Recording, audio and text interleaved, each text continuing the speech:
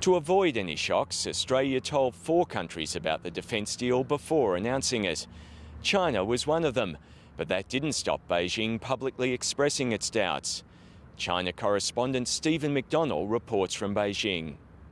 China's military build-up is seen as a key reason for stationing American troops in Australia's north. Both the United States and Australia have tried to reassure Beijing that this agreement poses no threat to China, but the Chinese government is viewing the US troop deployment with suspicion.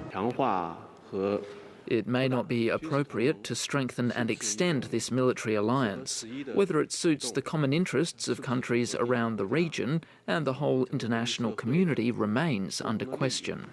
The Chinese government said it hopes the United States will stick to its previous word that America is not afraid of a strong and prosperous China, and called on Australia to emulate China in promoting peaceful development in the region. China knows that the US troop numbers are relatively small and will be based a long way from its shores. But there's concern over the symbolism of the move. From Australia's interest, probably it's better to act as a bridge rather than as a base against China. Okay? A bridge between China and the United States. In other words, try to facilitate dialogue. The bleak weather in Beijing seems a fitting backdrop for a cold response. But China's negative comments should be put in perspective.